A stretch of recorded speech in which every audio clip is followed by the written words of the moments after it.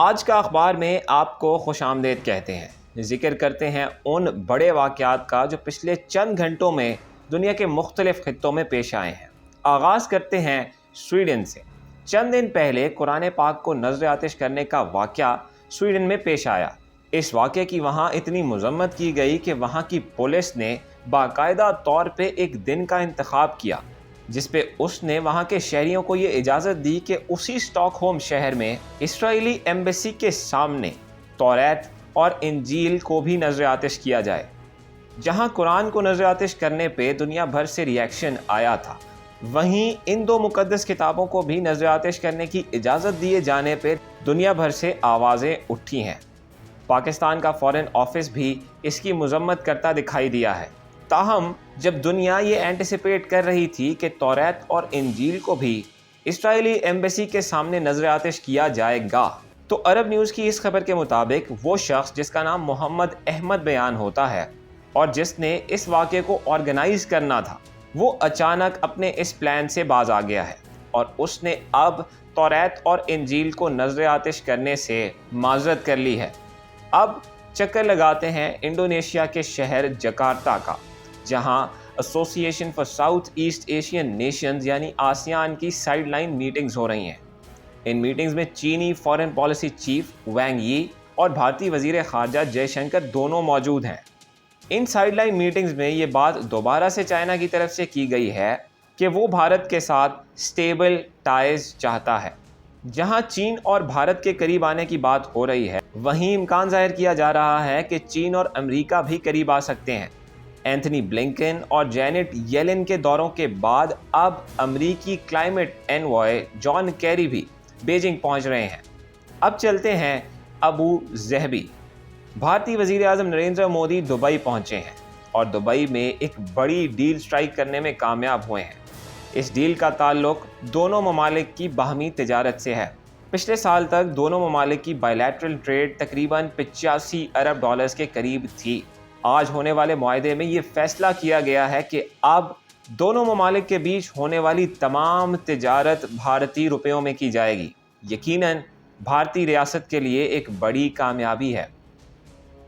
اب چلتے ہیں مشرق وسطیٰ کی طرف اور سب سے پہلے ذکر کرتے ہیں اسرائیلی دارالحکومت تل ابیب کا۔ اسرائیلی وزیر اعظم بنجامن نیتن یاہو چائنا کا چوتھا دورہ پلان کر رہے ہیں۔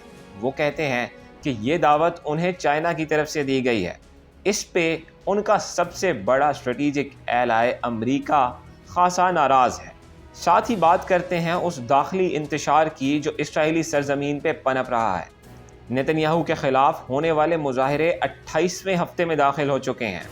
ہفتے کی رات ان مظاہرین نے بنجامن نیتن یاہو کے لیے خاصی مشکل بنائی ہے۔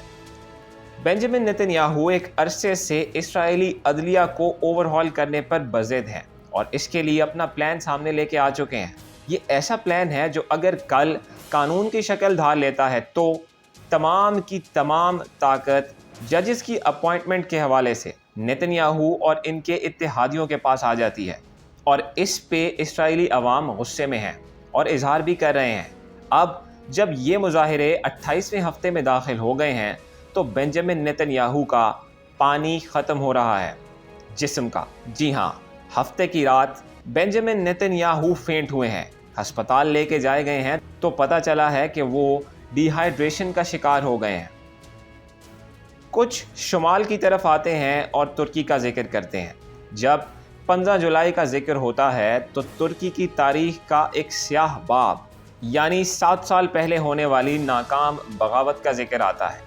اس سیاہ باب کو چاروں شانے چت کرنے والے ترک عوام کل یعنی 15 جولائی کو اپنی اس فتح کو مناتے دکھائی دیے جو انہوں نے 7 سال پہلے سیکیور کی تھی۔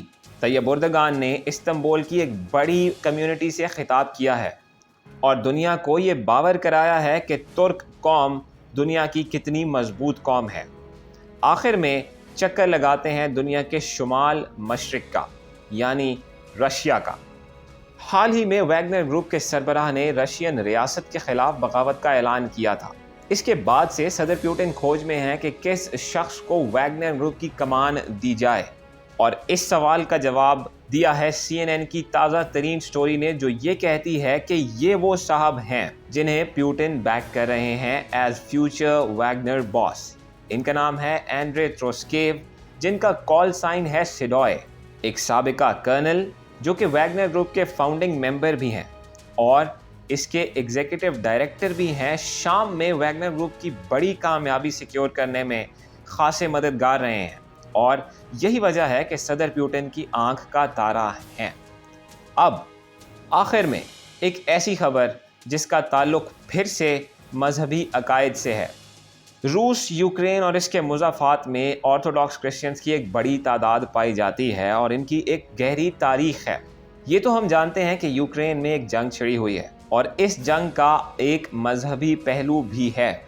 وہ یوکرین جسے یہودی ولاڈیمیر زیلنسکی چلاتے ہیں، اس نے اپنی سرزمین پہ موجود ایک سینئر آرتھوڈاکس پتریارک کو تحویل میں لے لیا ہے۔